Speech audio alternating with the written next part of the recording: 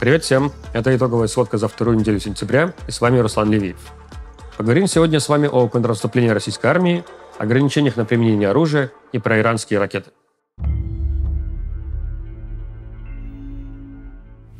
Больше недели по Курскому плацдарму была тишина. Все, что мы слышали про него, это то, что украинские войска там окапываются, готовятся к оборонительным боям. И вот на этой неделе все началось. Российские войска пошли в первые атаки на украинские позиции с массированным применением бронетехники, такой как танки и боевые машины пехоты.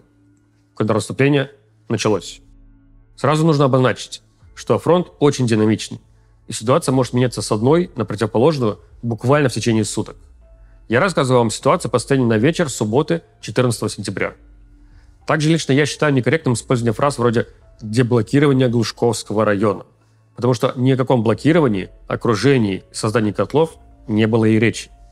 Да, благодаря уничтожению мостов через реку Сейм, Глушковский район превратился в относительно изолированную зону боевых действий. И с одной стороны, у российских войск в этом районе оказалась водная преграда в виде реки, с другой – российско-украинская граница, а с третьей – позиции украинских войск в Корневском районе. Но даже с учетом уничтожения мостов, река Сейм не является какой-то непреодолимой преградой. В случае опасной ситуации личный состав всегда может перебраться на другой берег вплавь или навести понтонные переправы. Именно поэтому ни о каком блокировании или окружении говорить не приходится. Да, понтонные переправы тоже уничтожались, но они также быстро и наводились. И именно поэтому украинский исследовательский проект Deep State сообщал на этой неделе в момент начала контрнаступления, что российские войска все же смогли перебросить часть подразделений в Глушковский район Курской области и оттуда пойти в атаку. Достоверно можно сейчас говорить только о продвижении российских войск с стороны села Корнево в сторону поселков Вишневка и Снагость. Судя по геолокации видеозаписей, можно уверенно предполагать, что эти поселки были освобождены и сейчас находятся под контролем российских войск. Пока мы записываем эту сводку, поступают кадры боев в поселке Любимовка, который находится еще восточнее Снагости. Результат этих боев пока не ясен, хотя украинская сторона уже заявляет об успешном отбитии этой атаки. Министерство обороны России также заявляет об освобождении большого количества поселков на западной границе украинского плацдарма в Курской области. А именно, они заявили о взятии под свой контроль поселков Гордеевка, Викторовка, Внезапная, Бяхово, Апанасовка, 10 Октябрь и Обуховка. Но по этим поселкам не то, что нет кадров уверенного контроля территории, а туда в принципе не поступало фото и видео боев. Неясно, были ли они вообще. Когда еще пару-тройку недель назад ВСУ начали изоляцию зоны боевых действий в Глушковском районе, уничтожая мосты, я ждал, что, во-первых, украинские подразделения пойдут в атаку со стороны Корневского района, продвигаясь вдоль границы на запад. Во-вторых, что дополнительные украинские подразделения зайдут на территорию России со стороны приграничной Сумской области. Этого не случилось тогда. Видимо, не было достаточно резервов. Но зато случилось теперь. Есть проверенная и подтвержденная видеокадрами информация, что подразделения украинских войск зашли в Глушковский район Курской области и взяли под свой контроль поселок Веселое. Из чего ситуация для российских подразделений, пытающихся атаковать западную часть украинского плацдарма, складывается совсем невеселая. Если вы посмотрите на карту, то заметите, что со стороны Веселого удобно атаковать в спину российские войска, ведущие бои, например, в районе Снагости. При этом украинские войска в Веселом относительно защищены от контратак сложностью, но не невозможностью переправы для российских войск через реку Сейм. Прошла буквально пара-тройка дней, но журналисты уже спрашивают меня, можно ли назвать российское контрнаступление успешным. Пока рано говорить. Пока что нельзя назвать его ни успешным, ни провальным. Одно можно сказать точно. Каких-то быстрых прорывов и марш-бросков не случилось. Более того, приходит сообщение, что украинские войска продвинулись к северо-востоку от Корнева и зашли в поселки Ведрино, Дуровку и Журавли. Однако подтверждения этой информации пока нет. Почему контрнаступление началось именно сейчас? Чего не ждали месяц? Мы в течение всего месяца видели, как в Курскую область перебрасывается различная военная техника. Плюс все это время мы видели, как в рамках Ленинградского военного округа формируются новые подразделения, которые, скорее всего, будут направляться в Курскую область. Причем здесь Ленинградский военный округ, спросите вы?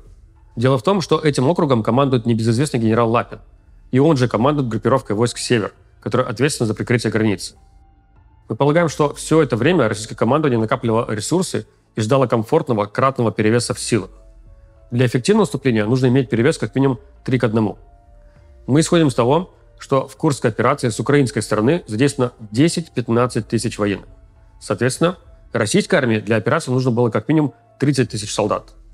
При этом разница в логистике для двух сторон колоссальна. Украине с центральной части своей территории до Курской области прямой путь.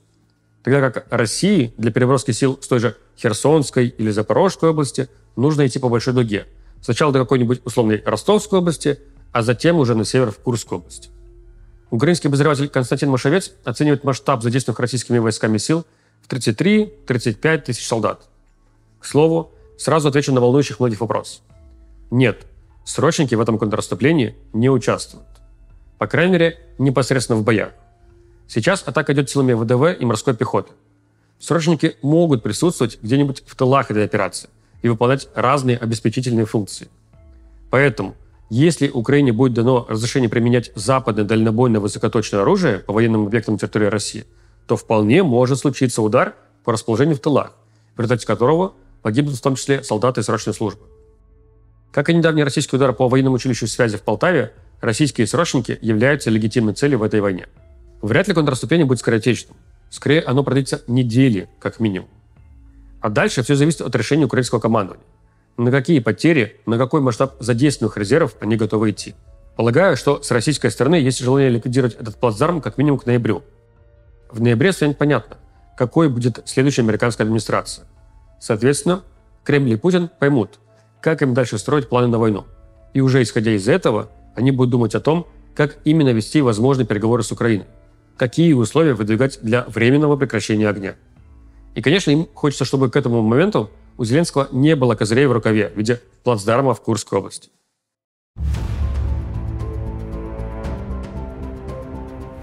Продолжаются попытки переубедить американскую администрацию в решении об ограничениях Украины в применении западного дальнобойного высокоточного оружия. Аудиторию немного запутали новости о том, что якобы Великобритания разрешила применять крылатые ракеты Storm Shadow по территории России. На самом деле, Великобритания изначально не против применения этих ракет по российским военным объектам, условно, где-нибудь в Белгородской или Курской области. Проблема в том, что в британских ракетах Storm Shadow и во французских ракетах Scalp-G есть американские компоненты. Поэтому сначала надо получить одобрение администрации Байдена на применение этих ракет. К слову, не с каждой страной такое работает. Не каждая страна, являющаяся производителем какого-то компонента оружия, способна повлиять на политику его применения. США слишком важный игрок рынка вооружений, и у них есть незаменимые технологии, которые больше нигде не достать. Поэтому с мнением США приходится считаться. Обратный пример можно увидеть в Швейцарии, которая запретила как-либо использовать производимую ею технику и оружие в войне. Ну окей, европейские страны просто отказались от закупок вооружений в Швейцарии. Ничего такого уникального, незаменимого она не производит. В итоге оборонный сектор Швейцарии теперь несет заметные потери. Так вот, возвращаясь к тому, с чего я начал. Британия и Франция не против использования их ракет так, как сама Украина посчитает необходимым. Американская же администрация по-прежнему такого разрешения не дает, боится эскалации. Майкл Кофман в своем недавнем подкасте прояснил, что когда американские чиновники говорят о возможной эскалации, речь на самом деле не про ядерное оружие. Опасения касаются того, что Россия может передать вооружение, технологии противникам США в других регионах мира, например, йеменским хуситам, которые бьют по судам в Красном море. Или Россия может начать новую волну диверсий на европейском континенте.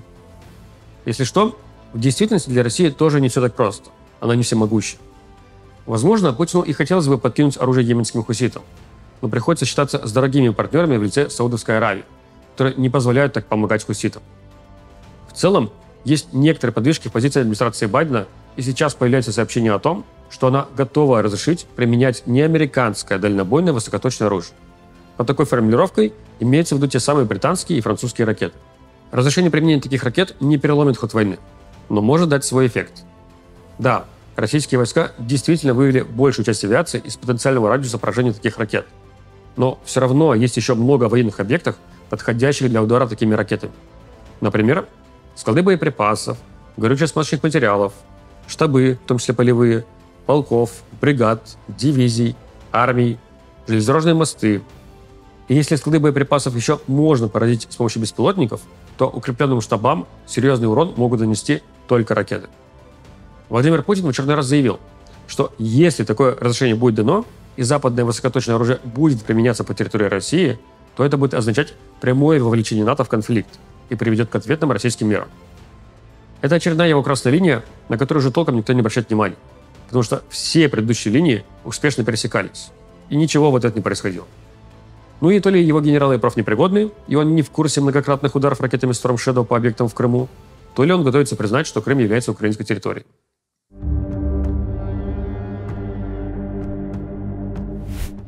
Кстати, интересно, что в очередной раз ослабление ограничений может случиться не в результате действий украинской стороны, а как следствие действий Кремля.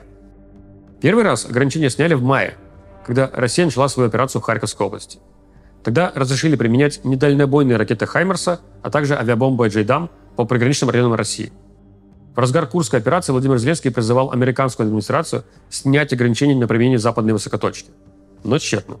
Различные журналисты пытались добиться ответа лично от президента США Джозефа Байдена и министра обороны Ллойда Остина, на что получали категоричные ответы, что политика США по применению оружия не изменилась.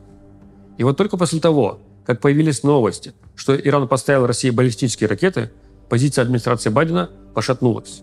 И пошли первые намеки, что все-таки частично разрешение будет дано. Я рассказывал вам про эти ракеты еще в прошлой сводке. Сейчас просто добавлю, что применение этих ракет позволит России меньше тратить ракетный комплекс «Искандер» на цели, которые находятся на расстоянии до 100 километров от линии фронта. Также госсекретарь США Энтони Блинкен заявил во вторник, что Россия собирается применить эти ракеты в ближайшие недели. Вот такие новости у нас были на этой неделе. Встретимся с вами через неделю. До встречи.